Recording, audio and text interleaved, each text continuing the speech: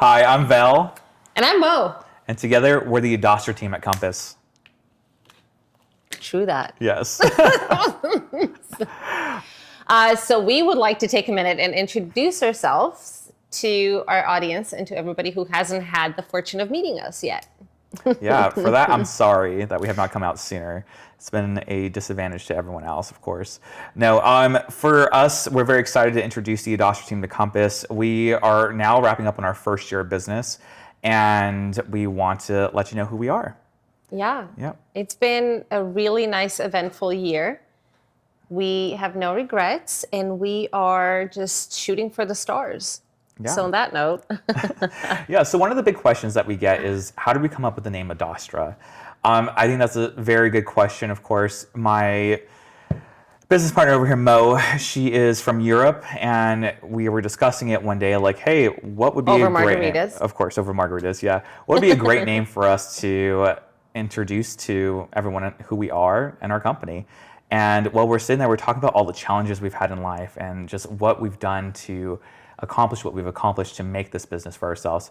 And with that, Mo had introduced this proverb to me, and I was like, that is exactly what we're talking about, Mo. Yeah. So it's a Latin phrase, per aspera AdAstra, through despair to the stars, meaning, you gotta struggle a little bit to achieve greatness. And we can both relate to that in our own different ways. I myself come from a war-torn country, lived through war. I was more fortunate than others, so I'm not complaining. But still, it was a challenge. And then I came to the U.S. and I married a soldier who lived through war, and we've moved around a lot. And through all of that, learned our lessons and achieved some great things that we're proud of at this point. Yeah. For myself, we both have very dynamic backgrounds. Of course, Mo has all of her history with her country and coming to America. And one of, I guess, the great stories of just coming to America and being an immigrant and working her way throughout society and creating an entire life and business for herself out here. For myself, I left home at 18, joined the military, lived all over the world, was exposed to many different cultures. When I did join the military, Don't Ask, Don't Tell was still in effect. And me being of the LGBTQ plus community, I was there for that entire process preceding the ruling of Don't Ask, Don't Tell being repealed. So that was a very interesting moment to be a part of the American military. Along with that, I was able to experience firsthand once we finally legalized gay marriage across the entire U.S. And I was one of the first people in my entire command when I was stationed overseas to get married to another male. And I got to experience that journey while in the military. And really just learning different cultures and people and different challenges that everyone has regardless of where they've come from. So I love the story of humans and culture and how we kind of build upon that and relate just on the basic human interactions. Yeah. So our goal is to help others achieve what we've been able to achieve and more. Yeah, and more, of course. Yeah, what we like to discuss mostly amongst ourselves, of course, is that we don't really consider ourselves just real estate agents, to be quite honest with you. We consider ourselves real estate advisors. And what that means and how that differentiates between a real estate agent is we're there for more than just the purchasing portion of someone's home through that one transaction. We are there to help advise them, help discover what their goals are from 5-10 years from now, and how to build since now those basic foundations that they need in order to achieve whatever the goals are in the future. One thing I learned from my youth really was that I did not have financial literacy. That is not something that was really taught to me where I came from within my economical background. And that has been one of my biggest challenges in life, is really understanding that and learning that there are so many ways to work the systems within the right way, of course, but that we're not taught. And my goal is to really help connect those people with the right education, the right knowledge, so that they might be able to better handle their finances and build something more than just one single purchase for their home. In conjunction with that, we connect them to other professionals, attorneys, CPAs, all the things that you need in order to really be successful out here in the U.S. and make something of yourself. Yeah. Yeah. Well said. Thank you. I've had a lot of practice. A lot of martinis to get me there. True. Yes. Very true. Perfect. All right. So now that we've cleared why AdAstra, Uh-huh. why did we start AdAstra?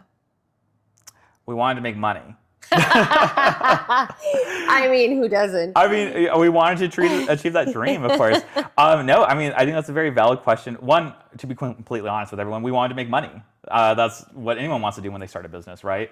But in conjunction with that, I would say we really have a voice for the underdogs of the world, essentially. We really want to help the people that, I don't want to say less fortunate, but maybe more so Present more opportunities. They're not aware they're there. Exactly. And one of our biggest passions are, of course, veterans. And veterans, the VA program out there is just one of the best loan programs, and not many people know about how to take advantage of all the little nuances within there. Yeah. And a lot of it's just education. It's out there, and they're just not being taught that they can do something for themselves that they may have not considered being achievable beforehand. But in conjunction with that, I think we had a huge vision of how we want to help and be the most effective for our individual communities, and really make a connection between Austin proper and the northern suburbs of Austin as well, and the surrounding areas, of course. But for us, we live in the north suburbs of Austin, and there's such a mixture of culture out here and diversity, and we really want to promote those things and collectively create a huge opportunity for anyone within those the minority groups, of course. Yeah. Well, the other thing I want to add is we were on a team before that wasn't our team. We didn't have ownership. There was, I would say, about a dozen agents. Yeah. Really great team, very good tribe, but it's hard to have a very cohesive brand and a message with too many people, right? So we decided we needed something of our own, where our message that we agree on is what we follow, and we don't have to worry about, does it fit every agent in the team, because we have our own way of doing business, we have our own way of treating people, we have our own goals and dreams. So yeah, I mean, it was really hard to sacrifice and do all this work to support someone else's dream. And for myself, I believe that my goals were bigger than that, and that I was only going to be the most effective if I put myself out there in a different way. And it was one of the scariest things I did was to start this team, because we were directly on our own, not a whole lot of resources to really help us out, and it was just us, our personalities that can carry us across the way and ensure that we were able to put some food on the table for our families. But beyond that, I personally have a huge passion for the LGBTQ plus community out here in Austin, and they're one of my passion projects to really incorporate that within my business and my business structure. And I really needed someone to help support me with that dream, and help hold down the fort with that, And throughout that, I've met so many great human beings out there that really just were scared. We're scared. They're scared for a lot of reasons. One, we live in Texas, all that great stuff. Beyond the politics of everything, they were just scared to even call a handy person, And I believe I could be a voice for these people because they were not being represented in the appropriate manner, and they did not have their own voice that could be heard. And I'm here to break that noise for everybody. Yeah. And then on the flip side of that, me with veterans, one thing men, and even more so veterans, hate to do is be vulnerable and ask for help, right? I think you'd agree with me on that. We call it ego, call it pride, but veterans don't realize how much is out there for them to take advantage of. There's so much, but if you don't ask, you're not going to know, because of course the government's not going to just willy-nilly give it to you. Well, it's the way that we're conditioned, figure it out. Yeah, that too. Depending when they were in the military. Sure. I left the military about 6 years ago, but when I was conditioned in the military, they literally break you down and they create this entire new persona that you do not ask for help, you are weak. It's the way that you're taught, but in all actuality, you needed to ask for help. And again, I think that's what you do as well. You kind of weed throughout that noise for them, and okay, you're not asking these questions, but here's what you need to ask, and here's why. Let me help educate you. I'm not going to tell you what you need to do, but let me help tell you why you need to do it, so you're educated and you can make that informed decision for yourself. Right, Yeah. right. And the reason why this is so near and dear to me is my husband is a combat veteran, and we've also purchased multiple homes through the VA system, sometimes sight unseen. Call it brave, call it dumb. Yeah. But we have no regrets. So I've been there, done that, know what's out there, and then a lot of veteran friends, and I see how everybody goes, oh, I can't afford a house. Wait. Yeah. Let's sit down. Let's look at some numbers. Pretty sure we can make it happen. You know, So, finances are such a touchy subject for everybody. of course. Right? So it's a very personal thing. So how I actually do intakes with new clients is I sit down with them. I do it in 2 parts, and you do something very similar. For myself, my first meet and greet with them is not to discuss their home. I don't want to hear their wish list on stuff. I don't want to hear any of that crap. We sit down, I'm like, let's talk about your goals. What does this purchase mean to you? What do you want to do with it? Tell me about your home. Is this a starter home for you? Do you want to be an investor type person? Do you want to start accumulating some wealth through the real estate? Or is this just like kind of a piece of property that you're going to hold for a little while and you're going to sell in 5 years? Because all these different things are going to play a major factor in how we operate and we do the search process. So my first sit down with them is completely, let's get to know each other. Tell me about your goals. I want to kind of start getting the back end of what that 5 or 10 year plan looks like for you and your family, if you have a family. And from there, we kind of test each other's relationships, right? Like personalities. Hey, can we work together? Can we communicate effectively together? And then after that, after we get the green thumbs on that and we want to move forward, both of us, and we will go ahead and sit down and do an actual consult where I go through the entire purchasing process with them. And then I ask them about the home. Yeah. What does the home look like to you? Yeah. Is it a 3-bedroom, 2-bedroom? Why is that important to you? And I start going through the qualifiers with them, right? Plus, at that point, you can guide them. Why 3-bedroom? Is it an investment home? Maybe you want to go for a 4-bedroom or location. That's et cetera. exactly So, right. Yeah, because as soon as we go through that process with them, when we start actually doing the search process for things, I'm like, no, sir. We had said that your goals are X, Y, and Z. This is not aligned with that. Why do you want this? Yeah. Oh, you like it because it's pretty. Okay, that's fine. We can make pretty later, but does it meet X, Y, and Z in your criteria that you laid out for me? Yeah. And how's this going to look in that 5 years from now? Do we see appreciation in this area? Is it a new build versus not? Like, let's talk about school systems, all the things that really play a factor into the actual value of the home and how we can help you project what that might look like. Yeah. Of course, we don't have crystal balls to tell you like, hey, this is an amazing opportunity for your investment, but we can look at trending data. Yeah, Yeah. absolutely. Well, and when you say that you like to get to know your clients before, my biggest fear getting into real estate, because I was not young, and it was kind of a challenge because I was afraid of switching careers at my age, first of all. And second of all, I don't consider myself to be a very vanilla person. So I'm colorful in many ways, including my mouth gets colorful from time to time. That's how we sell homes, I guess. Whatever, I'm heavily tattooed. I'm colorful inside and out. Yeah. And I was afraid that, I'm not your, vanilla, typical real estate lady. And if that's going to deter clients, but it doesn't. Because there's different clientele for different personalities, and bottom line is you find the one that you click with, and that's what they care for. And then we became lifelong friends with so many of our clients. Like, we hang out with them and party with them, and it becomes more than just a one-time transaction. It becomes what is the a goal? relationship. That is absolutely the goal. And for me, I want to I want to be a staple in someone's household, not for purchasing, not for selling a home, any of that stuff. I want to be, first off, an advisor to them. I want you to call me when you have X, Y, and Z going on in your life, not your home. You're going through a divorce? Great. I know a divorce attorney. Not great. But I mean, like, we can help you through that. I can help coach you through that. Got you. Yeah. But we have resources to assist you. And if I don't have it, guess what? I surround myself around amazing people that are very well connected and create a network of people that can assist you. Yeah. All Just give me a I can minute. do I'll is find make some something. suggestions. Exactly. And I think that's the beauty of you and I, is that we are such empaths in the way that we operate. We want that and we need that, and that's how we thrive. Yeah. Yeah.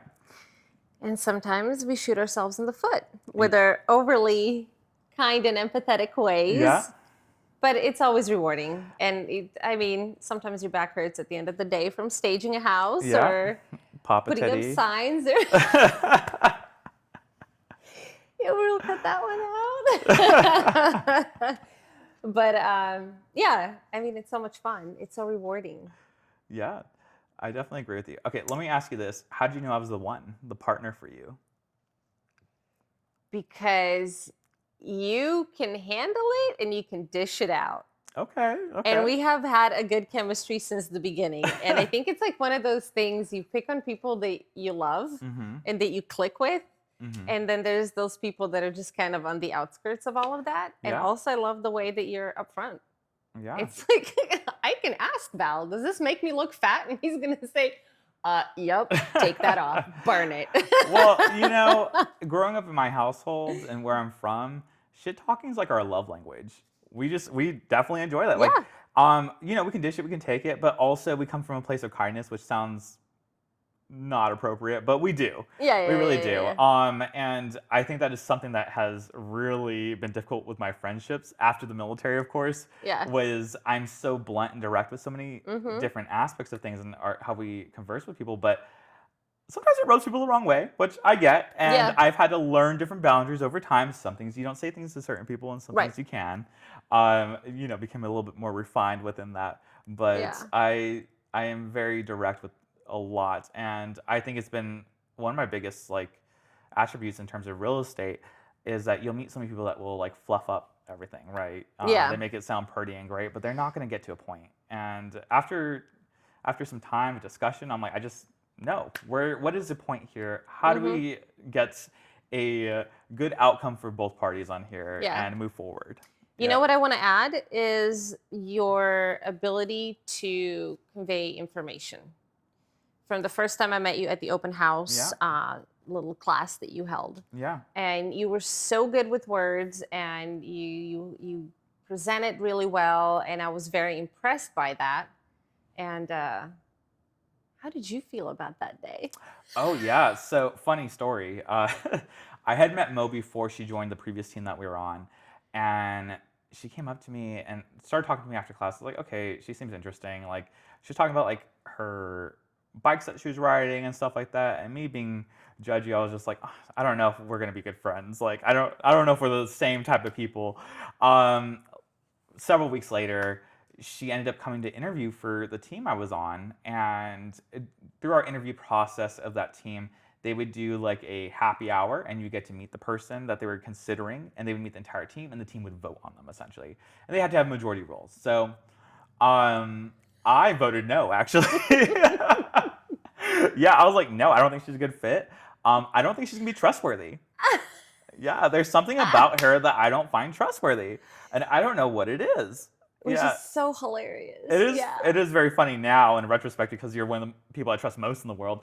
But at that point in time, I was like, she is not a trustworthy human being. I don't know what it is, but It's she's so giving me not hilarious. trustworthy energy. I think there's two parts to answer that as to why I was feeling that way. Okay. One part, you know, she was a newer agent, and I did feel like she didn't know exactly who she was in real estate at that point in time yet, and still trying to figure out her identity. So Yeah, it was 6 months in. yeah, there was still like an essence of a loss of identities. So the way it was presented to me, I was just like, I don't know if she's being fake or not. And the second part to that is she is European, so you can never really understand a full-fledged like European and their personality because they were a bit dry. So you're just like, do they like me? Do they not? I don't know yet. Later on down the line, I was like, okay, that's a completely false narrative that I made up in my head. Yeah. That is not how it actually transpired, but Yeah. that was my initial impressions. And of course, I got over that, and we've learned how to work past that. Even our relationship was, you know, at the beginning, you were not really sure how you feel about me. And then we worked on the same team and got along. And then the night that you met my husband, I was nervous because you're so upfront. Yeah. And you're like, I'm not waiting for the bartender. And you're like, cut line, you're like, I want my drink. I'll tip you well. And I'm like, oh my gosh, I don't know if this is going to work. And then the next thing I look over and you guys are best buds. Yes. And I just backed out and said, I don't even need to intervene. So now I have husband number 1 and husband number 2, and they pawn me off depending on which I annoy more at the moment. Very, very, very true. Very true. Yeah, no, like I think one of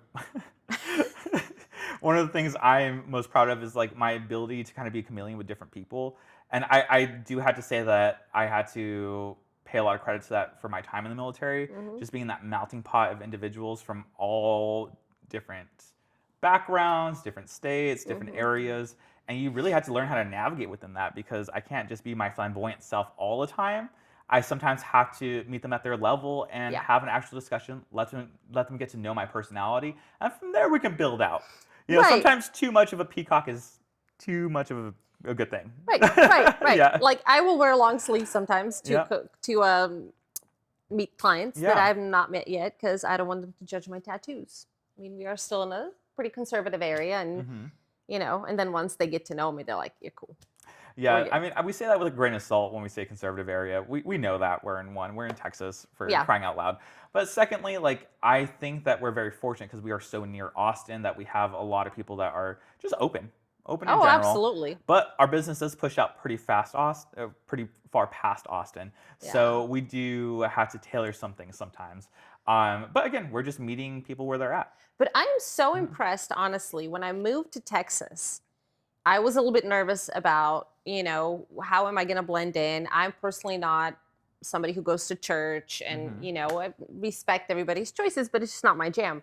And I was kind of concerned about all of that. And then, like you said, the conservative area, and it has proven me wrong so many times. I've met people that I would assume they would look at me and go, "Ugh, she's tattooed," or "Did she just say that word?"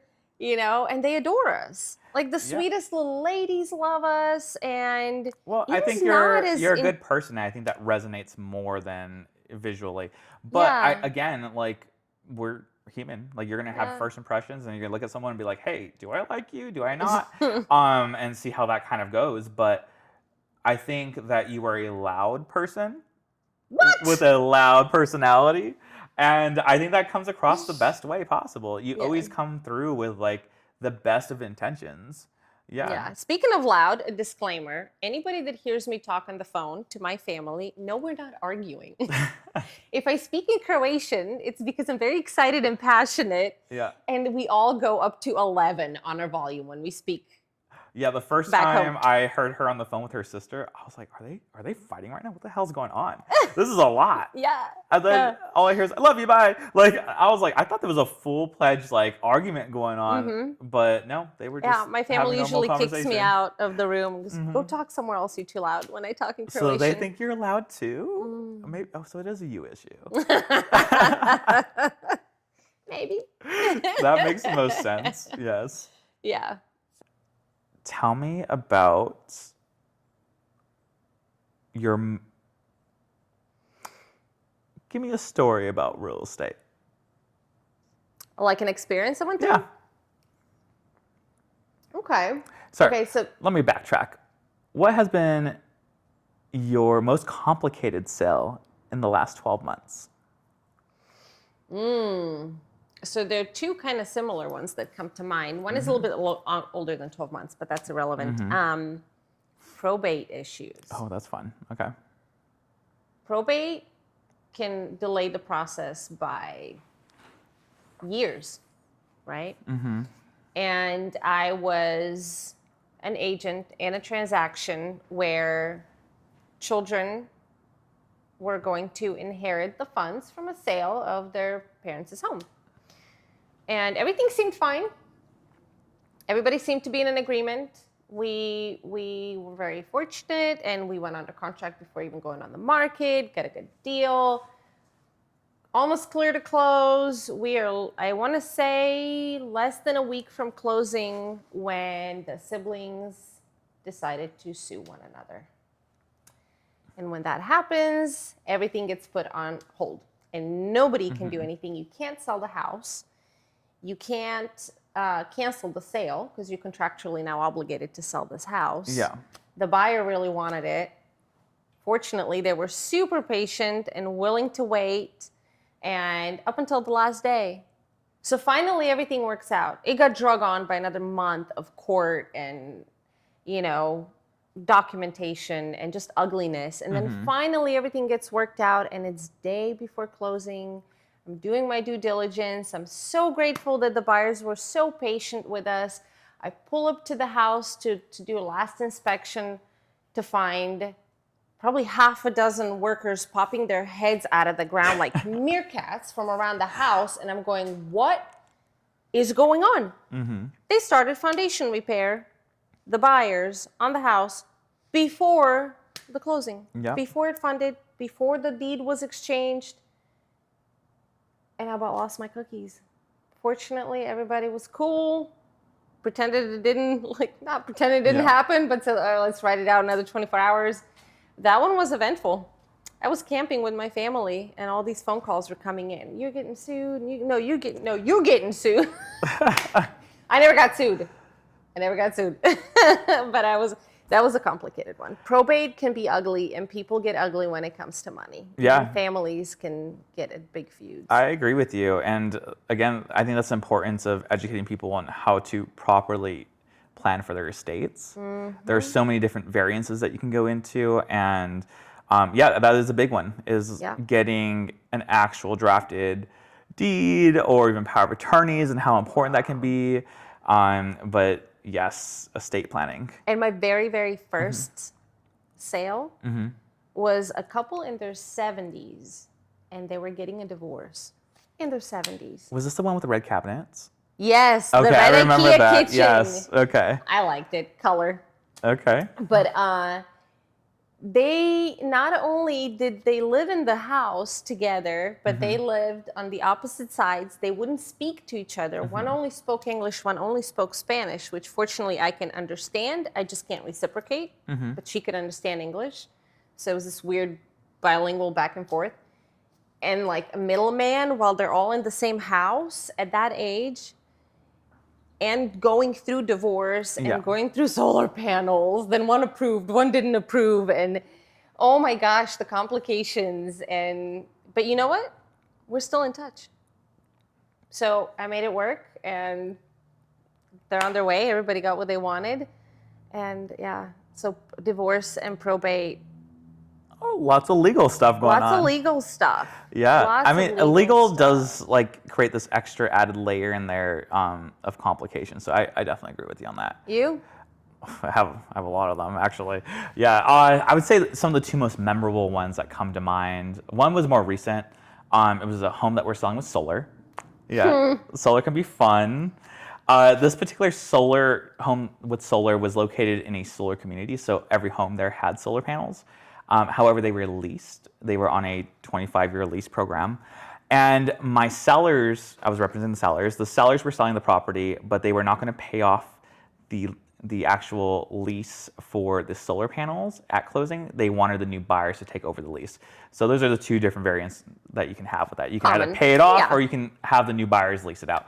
So anyways, I brokered a deal where we were able to go ahead and have them leased out. However, we were having a lot of issues with the solar company that was representing the lease panels, and this company was giving everyone the runaround, and they were not producing the actual contract of these solar panels. Apparently, one solar company bought out another during their purchase of this home, and it became very complicated where they're punting it from left to right. They were toying with my clients for, they lived there for 3 years and they couldn't produce the actual contract. But this is before I was involved, and we finally were under contract, and we thought there would be a new amendment that was drafted and it was missing signatures, and they were just completely giving us a runaround.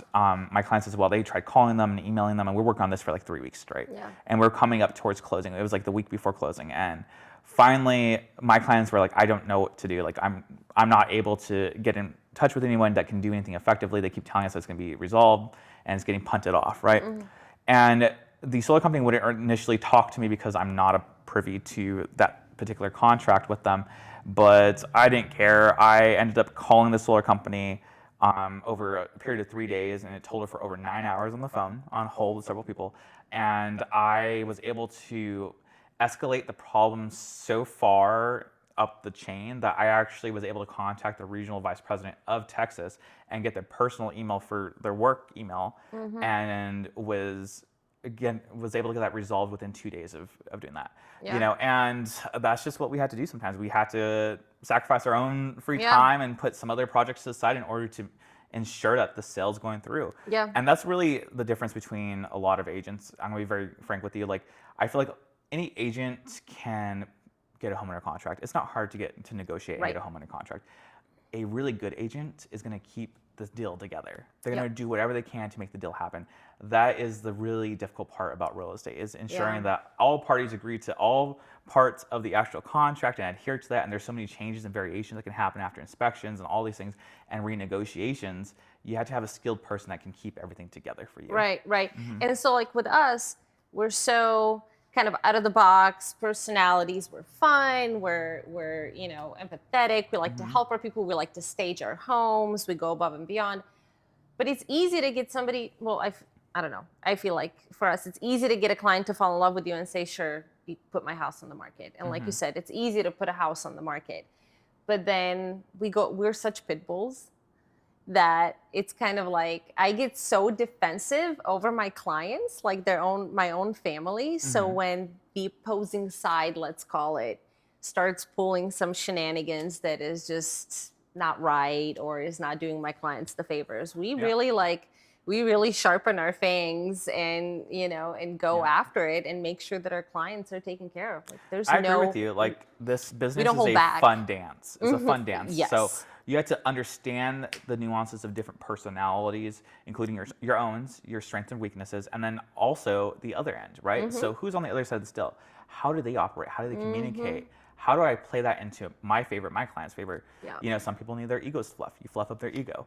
You compliment them and you come in with the kill. You know, so there's all these variations of it, but it's really a fun dance to do. But at the end of the day, like, we owe our due diligence to our clients. Absolutely. Yeah, and that's what we're expected to do, and that's why people hire us. Speaking of the dance, especially with all the most recent changes on the market, I think it's amusing because of so many times talking to an inspector or to the other side when you're like, so anything else I should know? You know, like, what can you tell me without having to tell me? And you have to get so creative about dancing around information and reading between the lines and really figuring out the best recipe to get this all the way through to the closing table. It's fun. It is a art to it, honestly. It's an art of negotiation, an art of intelligence of other people and how you're predicting them to act. And essentially, you are trying to play a game where you're about 2 steps ahead of your component there. And I say component because realistically, like, if I'm representing one side of the deal and you're representing another, you are in your client's best interest. Of course. It does not matter about your perspective and what you agree to or not. It is whatever you can convey to your client and what they agree to do. Yeah. Right? And you are in their corner regardless of their choices, unless it's violating some ethical stuff. Right. Or moral things, because you can fire a client. Absolutely. Client doesn't have to fire you. You can fire a client if you're not finding it acceptable within your own ethics and morals. Right. Yeah. Yeah, we have to follow rules and regulations, and we have our own moral compasses. And when a client, let's say, hypothetically goes, I don't want to disclose that, you know, I have a leak in my bathroom wall. Well, you kind of have to. Well, I don't want to. Well, now I'm aware of it. Now I had to convey it. Either I'm going to convey it or we're going to have to part ways. But Yeah. we will not jeopardize our own reputation and our license at the end of the and day. our license, our livelihood, our careers. But it is so much fun. I'm yet to wake up and go, ugh, I don't want to go to work. I mean, when it's early. I mean, I agree with But you. I have zero regrets, except that I didn't do it younger. That's my only regret. I don't know if I could have done it younger with my military career, and then I got out and ended up out here. But like, I think that I'm very appreciative of my background and my education and everything else I did prior leading up to it. Yeah. Because I don't think I'd be the same person if I started younger. I would not have the same dynamic education, people skills, background to really handle this industry. And I think that makes it very difficult for a lot of people. And for me in particular, I'm not from Austin. So my sphere of people that I knew when I got into real estate was extremely small. And that was one of my biggest challenges when I came out here is I did not know enough people to make enough sales. Right. Yeah. And so, yeah, you get leads and like Zillow and you can buy stuff, but not when you're starting out. You don't have any money. You're poor. Yeah. You know? Yeah, but like that was one of my biggest challenges being out here in Austin is I'm not from here. So I didn't have a bit of nepotism to help me out. Yes. Yeah. Yeah. But that's a really solid point you bring up. I'm gonna remind myself when I say I should have done this sooner.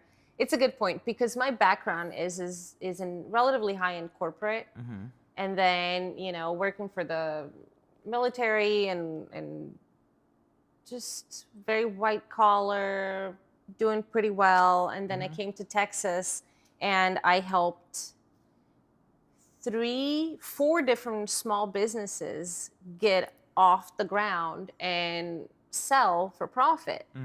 And it was so fun because I'm such a problem solver, and it was a hot rod industry, it was tattoo industry, it was books, but it was kind of like I'm helping other people make money, and I never profited from any of it. But you're right, I did. Because had I not done that, I would not have known how to run a small business, because that's what we're doing. Yeah. And all that it takes to get this machine fully powered up and moving in the right direction. So you're right. It would have been nice if I was younger, if I could just like turn back the time and be younger. But the experience is irreplaceable. You're right. That's a solid point. Exactly. Yeah. I mean, for me, being in my background and everything as well is just, I don't think I would be such a well-rounded human being. That's fairly level-headed and considerate enough to take everyone's backgrounds into perspective. I think a younger me would be a lot more arrogant and a lot less receptive to changes. Yeah. And that's the thing about this industry. You have to be ready to change. Things evolve consistently. And you have to be able to just roll with the punches. Yeah. Yeah. Yeah, between the politics, the economy, the environment in Austin is becoming the next Silicon Valley, and it used to be a crazy little town, and now it's this big thing. Like, it's always changing. The demographic moving in is changing. It always keeps us on our toes. The laws, and we gotta stay a step ahead of it, at least a step ahead of it. Yeah, a step ahead of it. I mean, that real estate's one aspect of how we run this business. The other part is community involvement and doing all the other little things that we do to strengthen our relationships throughout here. For me, I'm on a few nonprofit boards. I'm on 2 nonprofit boards right now.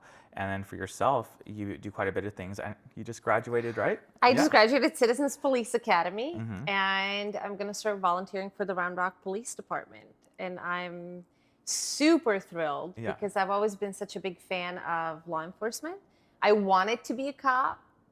It's the control freak in me. Yeah. And but I never could because I thought it was the handcuffs. It's so it's we moved a lot, right? Because our jobs moved us a lot. So we lived in Pacific Northwest, we lived in New Mexico, we lived in Boston area, we lived here. So I never had the stability to be like, okay, let me do this. Yeah. And then I tried to work for the FBI. I applied to work for the FBI. They turned me down because at the time I wasn't a citizen yet. Yeah. And now my body's too old to be a cop. I can't, chase people down, and I'm too hurt. And I told them that when I was at the police academy, and they're like, "Oh, you're not too old. We'll hire as old as 65." And I'm like, okay, maybe by numbers I'm not too old, but my body is not doing this. Plus, I just adore my career. But I'm so excited to help with the law enforcement. They are such an amazing group of people. And I'm stoked. To be continued, because it's just starting. Well, I'm excited to see how that next chapter rolls out for you. For myself, I am a part of Pflugerville Pride out here, which is a local nonprofit for the LGBTQ community. But they do far beyond that. They do a lot of fundraising for like the elderly, children, a lot of educational resources, community resources into health. So I've learned so much in terms of just the background of people in this particular area of Pflugerville and how open that they can be. And I've met so many local business owners. So from a professional standpoint, like that's amazing. I'm being very integrated within my community and building that out. So I'm in the know in terms of new projects that are coming up and all these cool things that will set me apart from others. But on the other hand, I'm making really amazing friends and Yeah. just meeting amazing human beings Yeah. and sharing a glass of wine with them. Yeah, so that is one of my favorite things. The other thing I'm on as well, I'm on the board for something called the Alliance, which is a national LGBTQ housing initiative group. And they aim to go ahead and help educate people that work within the housing divisions to help their clients within the LGBTQ plus communities through education, resources. They also work with legislators in local states to work on housing laws and just try to stay the most up to date on those. So on a national platform, I love that because it gives me so much access to different areas for my clients that are relocating. Yeah, I've had yeah, several yeah. clients move out of Texas more so than before, but so many people are looking to go to different places in the U.S. for a number of reasons, but it's great to have that extra level of community where they feel Yeah. safe and heard and respected. Agreed. And they can go ahead and move to whatever the next chapter is in Yeah. life. And speaking of people moving abroad, we've had international clients. We have. I've had clients signing documents on a cruise ship to some islands somewhere, don't recall where, my next door neighbors. I had clients signing on the beach in Mexico, and I had clients signing in an embassy in Brazil. So we've had some fun experiences. Yeah, I feel like the cool thing about real estate is that there has never been any deal that has ever looked exactly the same. Sure. I have never had that. So for me, when it comes to real estate, there's so many variances in personality, people, life circumstances, location, all these things that really play a factor in there. You might think that it might be a 10-step process. It's really like 150 steps from start to finish. It really is. Yeah. So, and not only that, we have to plan and assess for anything that can go wrong. But I don't know everything, and you don't know everything. The best part is that we collaborate with some of the best people in the industry that we can go ahead and find those resources for them based Absolutely. on wherever they're needed. Right? Absolutely. From title companies to insurance reps, inspectors are a big one, of course. Yeah. But it's really just a cool industry just to be a part of. And I know where I lie in my morals and ethics, and I'm just so happy and fortunate that I'm able to help other people that appreciate that as well. And it's so gratifying to see people's dreams come true. When Yeah. when they walk into their first home, or when they walk into a showing and they're like, this is it, this is the one, or when you just flat out nail it and show them something that they didn't expect. And it's just so gratifying, making dreams come true. That's really what we do. Yeah, exactly. Very well put. Okay, so I do have a question for you, though. Shoot. Okay, so what would you say has been your biggest learning experience throughout this first year? What is your one takeaway?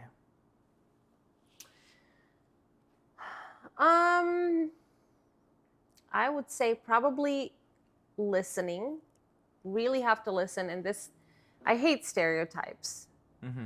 But the whole thing of like, you have 2 ears and 1 mouth. Listen more, talk less, which I know I tend to struggle with. But some of us have tinnitus, and I only have one good ear, But really like listening, not just because when I started real estate, I wasn't really taught. My mentor wasn't as supportive as I needed her to be. And so I was more on like the selling versus now, like you said, now we get to know the person first. Yeah. And then we talk about buying or selling. So that's a big part of it, is making that human connection first and then turning it into business. And that's what solidifies it. That's what makes it a strong bond and knowledge of how to best help our clients. So I would say that just a different approach to potential clients, leads. Not, okay, what do you need? When do you need to sell it? Yeah, you're learning how to What, actively when, where, listen how. and But engage in those. Yeah, let's dig deeper. Let's dig underneath the surface and find out what is really going on. I think that'd be my biggest one. Yeah. For myself, I would definitely say failure. Like, don't be afraid to fail. Oh, absolutely. Yeah, we failed a lot throughout this entire year in different projects that we like different avenues we wanted to go, and just trial and error. Yeah. But for us, I believe that we're both extremely solution-oriented people. So every time we failed, we're like, okay, what's our next plan? How do we fix it? How do we improve it? How do we make it better? So that has been one of my biggest learning curves throughout this year. Well, if you're not making mistakes, you're not trying hard enough. And I don't think Right? you're really learning, honestly. You're not really learning. And but just also to clarify, because we don't want to misrepresent this, we've never made any mistakes that have cost our client something. But it's even a matter of what piece of software to sign up for, to use in in our behind the scenes work. Yeah. Or there's a lot of figuring out like that, how to design a business card, how to design our logo. There's so much to owning Color a small choices. business. Yeah. Yes, there's so much. So yes, constantly learning and evolving. Yeah, and then finding new solutions for all those things, of course. Yeah, so that has been, I think, my biggest learning curve for the year. Also, I've learned that I really prefer tequila in my espresso martini over vodka. I did teach you that. Yeah. You did. I really that's a big lesson I'm taking home. Okay, I appreciate that. Yeah, I found out I'm a dirty martini kind of girl with gin. Yeah. Yeah. Oh, always gin. Yeah, Yeah. I'm not a vodka. I like vodka, but not in martini. No, I mean, that is my favorite. That's been my go-to this year. I used to be like a Bloody Mary connoisseur, but now I'm a martini one. for And sure. what is your favorite garnish in your martini? Okay, here's a weird thing. I like my martinis dirty, but I don't like olives. At all? No, I don't eat them. But I'll drink the olive That's juice. weird. How do I not know this? Because I always give you my olives to eat. Oh, and I'm like, oh, he's so sweet. Yeah, no, I just and you're don't like, them. you have this. I think it's a texture thing. Yeah. That's funny. I love cocktail onions. Cocktail onions. Yes.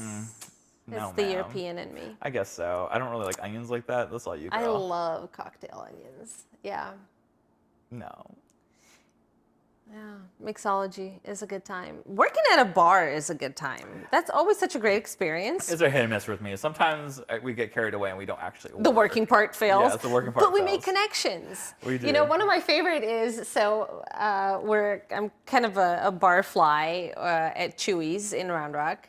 And one time I was sitting there and a staff member that I'm not super familiar with, but I guess we're there often enough, they remember us more than I remember all of them, came up to me and said, "Oh, Mighty Mo, I love your commercials."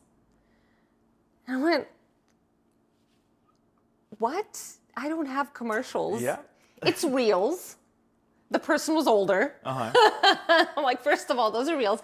But second of all, how cool is that somebody was like, I love what I see on social media. I recognize you. And we're starting to get that more and more. And that's just, it's kind of fun. Just the other day, we were at a training seminar, and we were sitting there, and you were telling me that you had ran into one of my clients at the Citizen Academy. Police Academy. Mm-hmm. Yeah, and you were just like, hey, like I ran into this client, blah, blah, blah, and she recognized me through your social media and all these things. And I was like already getting the feel goods for that. I was like, oh yeah, I'm getting some recognition. Yes, me. And then the lady next to me, when I gave her my business card, who happened to be a builder rep, she's like, oh, I haven't met you, but I recognize your name. Yeah. And my name's, I guess... Valentino. Not too common. It's not too common, and especially my last name, the conjunction of those two. So, I mean, there's only one Valentino. Yeah. Actually, I think in all of Austin, there's 2 Valentinos that sell real estate. And you're the only Steenblik. And I'm the only Steenblik in my last name. So I'm one of one out here. Yeah, you are. Yeah. So are you. Motoran. Yeah, I have my own song, in case you didn't know. That should be a ringtone on your phone for when I call you. When you're that delusional, you definitely come up with your own theme songs in life. I was 40 plus years old. I don't want to age myself too much. When somebody, a veteran buddy of my husband, sent me a random message on Facebook with nothing but that video, Motorin by Sister Christian or whatever. And I thought, before my time. This guy? No, I'm like, maybe he was drunk when we sent me that, because there's no context. And I'm like, why is he sending me this YouTube video? And then I listened to it, and then he goes, you have your own song. And I still listened to it, and it still took a hot minute for my brain to register. And now it won't go away. Yeah. Every time I hear the song, and it gets stuck in people's heads, and I'm like, Motoran. You have a lot of songs stuck in my head now. Yeah. Yeah. Yeah, you used to have the worst ringtone ever. I don't find you very old, personally. But the one thing that I think ages the crap out of you, is your damn ringtones. And they're like on 100%. They're on 100%. It got so bad one day that I was like, Mo, if you do not change that ringtone, I cannot be a business partner with you You were anymore. gonna divorce I was me. gonna divorce you. I was like, we're done. You need to change this damn ringtone. You were having a day, and my Yes. ringtone was The one ringtone that pushing could you have ended it all. over. Yes, it pushed me over the edge. I was like, you need to change this immediately, or else like we just can't work together anymore. To clarify, it's Yeah. the sound of an old vintage telephone. But Like straight out of Tom and Jerry. At a 20 like percent like volume. Yeah. Yes. It That's is. okay. Now it's your favorite song. No, So I always know when you call me. absolutely not. Oh, now it's my favorite song. Yeah. Now when Yes. you call me, your favorite song plays. So I know Okay. it's Val. Yes. That's good. If only she answered more. See, because now I know it's Val, and I'm like, I'll call him back. Yeah. When that everybody makes sense. sounded the same, then it's like, oh, I better get this. Okay. Let me ask you this. So Yeah. why did you get into real estate? What was your calling? So I remember as a little girl, my mom had this book. She told me she still has it, and I'm going home to Croatia in a week, and I'm going to bring it home. It's a book from the 70s about interior design. And I remember thumbing through the pages as a kid, sitting on the floor, and very shagadelic, you know. And then peeping through people's windows on the beach, you know, walking down the beach, and you kind of see you're a through. window peeper? You know, you can kind of see, and you're like, I wonder what this house is decorated like. But I never had the guts to get into strictly commission-based work. Yeah, Because it's it was scary. always like scary. You have a family, you have a husband, you have a kid, you have a mortgage, and I was afraid. And then finally, we had a rental property in New Mexico. Got kind of sick of it. It was really hard to manage that far away. And I went over there and I renovated the property and put it on the market. Well, when I got there, the property was just destroyed. I thought it was going to get condemned. I don't want to get into details because it was that bad. And the real estate agent that I hired walked in, took one breath, turned around on her heels, walked out and said, absolutely not. This is an investment property. Only hold your fingers crossed somebody buys it. Don't put a penny into it. This is the biggest dump on the planet. This is not going to happen. I spent about an hour in my driveway convincing her that I have a vision and I have a goal and I know what I want to do and how I want to fix it up and that I'm convinced I can stay within a certain budget. She says, all right, I mean, if you think you can do it. So she said, put it up on the market for $85,000 and hold your fingers crossed. When I told her what I could do, she says, if you can do it, we'll list it for 120. Now, this is a very different market. Prices are significantly lower back there. Is that early 2000s? No, this was 5 years ago or less. So she says, if you think you can accomplish all these things, maybe we'll list it for 120. I said, okay. I got in there. I spent 5 weeks from 7 in the morning till 9 at night. I replaced myself, toilet, plumbing, electrical, every light fixture. I only got electrocuted twice. I only hired somebody to install floors and paint the walls, but I replaced the refrigerator, the dishwasher. I did this house. Yeah. I was so proud of it. Lots of YouTube, lots of sleepless days. She walked into the house when it was said and done. I fully furnished it, selling it furnished, and she put it on the market for $150,000. Almost doubled her initial, price. Yeah. And she looked at me and said, Mo, why are you not in real estate? What are you doing? What do you do for a living? And I told her I was helping other people with their small businesses. And she's like, you're missing it. You should be in real estate. And I came home and I told my husband, and I said, well, what if we use the profit of this home sale? And I bite the bullet and I give it a shot. And Here you are. here I am. And I love it. And I still send her cards regularly. And I thank her for being that final push To get you over say, that. suck it up. Husband's got a good job. You can do commission only for a minute. Just do it. Yeah. For myself, I have a similar kind of story to you in a sense. When I was a kid, I grew up in a fairly humble home, I suppose. We were not super wealthy. And I remember waking up every Sunday, and where I'm from, Coldwell Banker used to have a TV show every Sunday. And they would do walkthroughs. Keep in mind, Coldwell Banker was like the cutting edge, Right. They were the people to sell things. Right. Way back then. In New Mexico. In New Mexico. Right. We're not talking New York City or No, this LA. this had to be in like early 2000s, probably like 2002, Sure. 2003, something like that. But I used to wake up every Sunday. Instead of watching cartoons, I would watch these walkthroughs of Walkthroughs? homes. And I think it's because I was poor and I was like, oh, I want to live in a Daydreaming. home like this someday. It's so gorgeous. And nowadays it'd probably be like a couple $1 million homes. Back then I think it was like $800,000. Like, Sure. I mean, it was a lot of money back then. Yeah, and I was like, I will be in one of these homes one day. And just think about it. And I always embedded that in myself. I am worth more. I'm worth more, right? And as I progressed and went through the military, my husband and I bought our first house in Arizona. And I actually designed the home because we got a new build. So I designed it from start to finish. And at the end of the build of my home, the builders actually used my house as the model home for everything.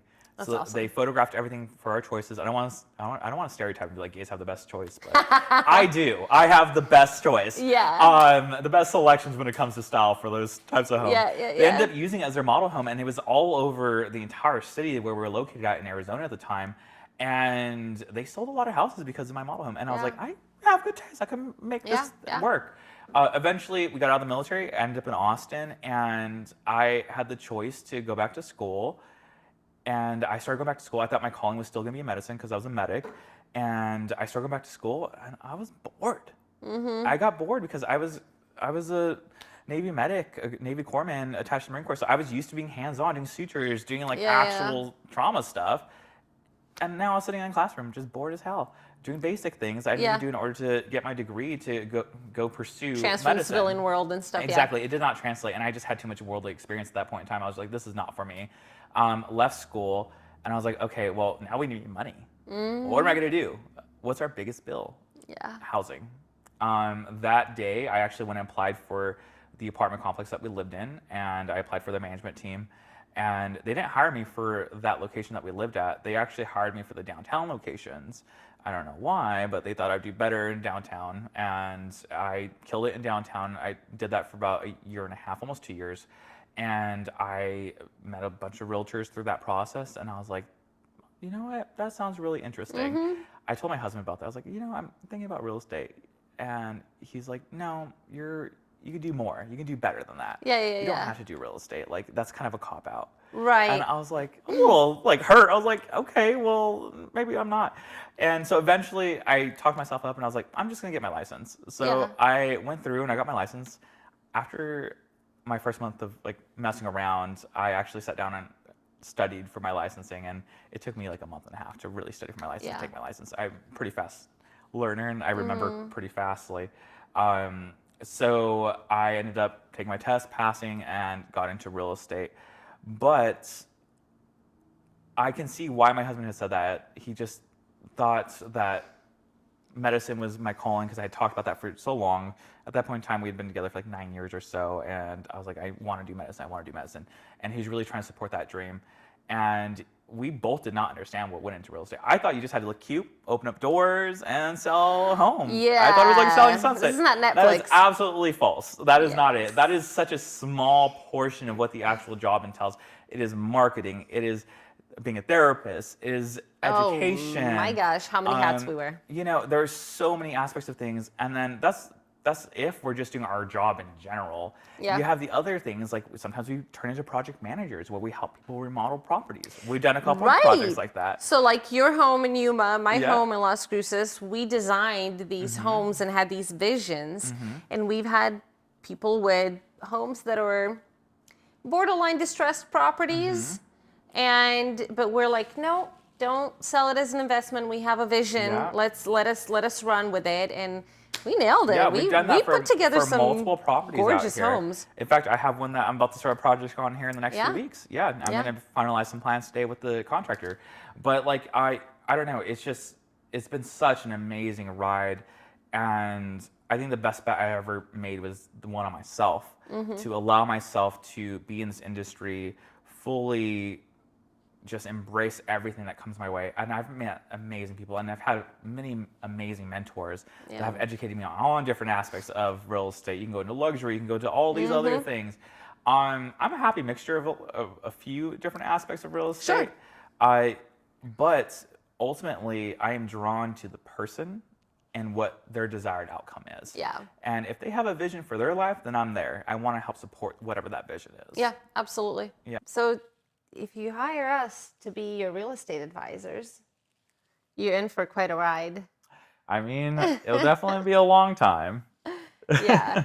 We like to have fun and get things done. Yeah, I mean, why would We're both very dominant alpha personalities too, so we get things accomplished. I think we do. And not just like things accomplished for us, it's whatever our goals are set out for the parameters of our client. Absolutely, yeah. We definitely put them first and ensure that we're looking out for their best interests and want to ensure that we're doing everything right by them so that we can have that great lasting experience with them. And the biggest compliment that we can ever get is when people leave us good reviews and or introduce us to their friends and family. Yep. Not even just in a sales aspect. I love going to housewarming parties or being invited to birthday parties and like, hey, this is Val. Like, how did you meet Val? Oh, he helped me buy my home. Like your clients that one of their moms and you were helping renovate their bathroom after they bought the house. That was such a sad story, like, but yeah. Yeah, but you build that like relationship aside from the whole real estate transaction. So Yeah, that's fun. Sorry, that was really sad. One of my dear clients, I helped them purchase a home this last year. Their mom came to town. She's from Florida, or she was from Florida, and oh, such a sweet woman. And we hit it off, and we created our own Pinterest board together, where we were going to renovate their half bath for my clients, to make it very fun and spunky down there. It was a fun client. And I got to know this mother through them, such a sweet woman. And she ended up passing away after 3 months of meeting her. She actually had stage 3 cancer and didn't know it. And by the time they knew it, it was far too late. Right. Yeah, but just the sweetest clients that I've dealt with, and their entire family. And they have the most gorgeous golden retriever dogs. They had fun dogs. Yes. They have fun dogs. Yeah, they're big and fluffy. That was a good time showing them homes for you. Yeah, no, but just very kind humans, and I am so fortunate that they found me, because when you deal with such kind human beings, sometimes people will take advantage of that really, really easily. Yeah. And I do absolutely hate that. Yeah. Let me ask you this. How did you choose to stay in the north suburbs of Austin and do your business instead of going more towards like downtown or being a typical like Westlake agent? I think, I don't want to say that I've chosen to stay here. I think it's kind of where I started. This is what I'm familiar with. This is where I live. I love Round Rock and all its little satellites around it. So I can really pour my expertise and knowledge of the area into that portion of the Austin metro. Not to say that I haven't sold a house in Buda or one up in Troy. So I'll go an hour and a half up and down as long as I feel confident about the area. So I don't know that that's a choice. I don't want to limit myself. I'm definitely open to venturing further down south. I do miss the big city. I'm a big city girl. I'm from the capital. I like the city. Yeah. So I definitely don't want to limit myself, but I also learned, maybe it's age, maybe I don't know what it is, maybe it's my love for too many cars and hot rods and motorcycles. That's probably it. I need to be in the suburbs where I can have a little more area to store all of my toys. You're certainly a maximalist, so that makes sense. I'm a maximalist. Yes. I am. I go to 11 with everything, and I do love. I love a lot. That's a kind word for a hoarder. Not a hoarder. No, you hoard very nice things. There you go. Yes. Yeah. So a maximalist is what we'll call you. Yeah. It's been a fun experience, like, to see you renovate your home right now because of all your stuff having to be shifted from one room to another. Yeah. But for myself, I agree with you. I actually started in like Austin proper for most of my business. I did most of South Austin before I moved up north. Because you lived there. I did live there. And then I moved up north and I started doing more business out here and eventually found myself on a team on the north. And then I shifted over. But I had always anticipated moving back to Austin proper, because I, like yourself, I love the city. I love a lot about it. I loved being just in a walkable area, food, like the music, and just the liveliness of the areas, especially being in Austin, where it's a very artsy city still. But I decided to stay in the north, like more permanently because I feel like there was a real calling for me out here. Yeah. I was before we had started our business, I had met this client who you helped me on a project with, and they happened to be a transgender person. And before I walked into their home to do a consult, they had pulled me to the side and they said, "Hey Val, like listen, I had depression, severe depression for many years, and I did not take care of the home. It's very apparent. Like I did not take care of it. I'm so sorry for what you're about to walk into." And she was telling me that it had got to the point where she just let everything go, a very Yeah, manic yeah. state. But she wanted to get things fixed, but she was too scared to even call a handy person over or a professional because that she might be othered just due to her not presenting full female. And Right. and to me, I'm I would say more a cis male. Like I present as a male and I identify as a male, and I had not really thought about that before, especially being in Austin, being like a friendly city. You thought that people would feel a little bit more safe to call a handy person, Yeah. come Yeah. fix Yeah. some Yeah. doors Yeah. and stuff. I walked into the home. The home was in terrible state. It really showed, and it had foundation issues and all these things.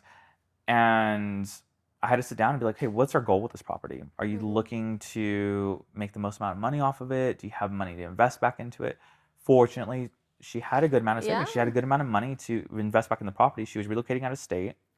And the entire project took us about 2 months to renovate, maybe a little bit longer, so we had to get foundation done. It was pretty extensive. Yeah, it was an extensive process, but But they had already moved they away. had moved away, so no one was home, and we actually cleaned out the property mostly ourselves. I love those photos because Yeah. we knew it was going to be so much work. So we Yeah. started our day with a mimosa Yes. to energize us for all the hard work we were about to put into it. Yeah, but I mean, we pretty much demoed the entire inside of the home ourselves. We did. We worked as the GC. as a GC. We hired out all the different aspects of the property for them with their approval, and came up with the entire concept design, painted Paint everything, scheme, decor. budgeted for them. Like it was a pretty intensive process, but up until that point, I had really thought I was gonna move back to the city.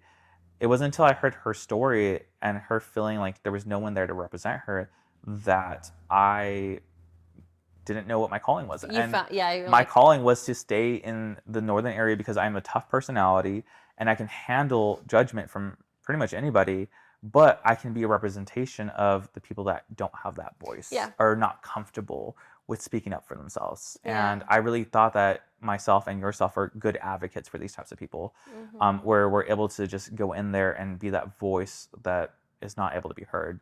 yeah. Yeah. I love it. So that was really why I ended up staying in the north to do more business out here, rather than moving back to the city. We're kind of like the fairy godmothers.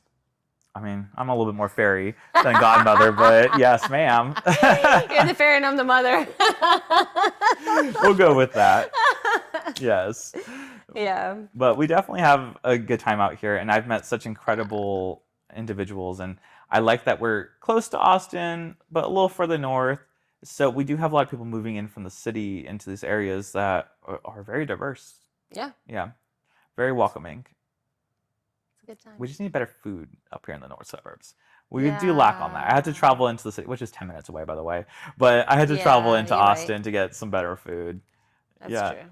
We'll get there. We'll get there. What are you talking about? That's lunch. Yeah, soup for lunch, ma'am. Yeah. Yeah. Well, hopefully everyone had a chance to get to know us a little bit more and hopefully fall in love with us just how we have for each other.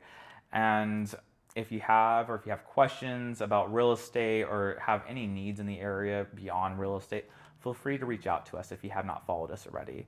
We're always happy to sit down and do a strategy session with anybody that wants it or needs it. Absolutely. Yeah. I met my neighbor for the first time a couple of weeks ago, and she goes, "Hey, I'm thinking about maybe like not downsizing, but like demoing some rooms and rearranging the floor layout of my house. We're not looking to sell. We just bought it." And I'm like, "Let me come over." and I hooked her up with my general contractor. I'm not making anything out of it, but I'm making my neighbor happy, and I helped her and I'm probably gonna help her pick some colors out, which is extra Will make exciting. you happy, yeah. But yeah, so it doesn't mean you need to sell or buy a home for you to reach out to us. Yeah. First coffee is always an us or margarita. Or martini. Or a martini, espresso Yes. martini. There's the compromise. Yes. Our information is below. Our website is AdAstra Properties, AdAstra.properties, and reach out. We love to get to know more people. Yes.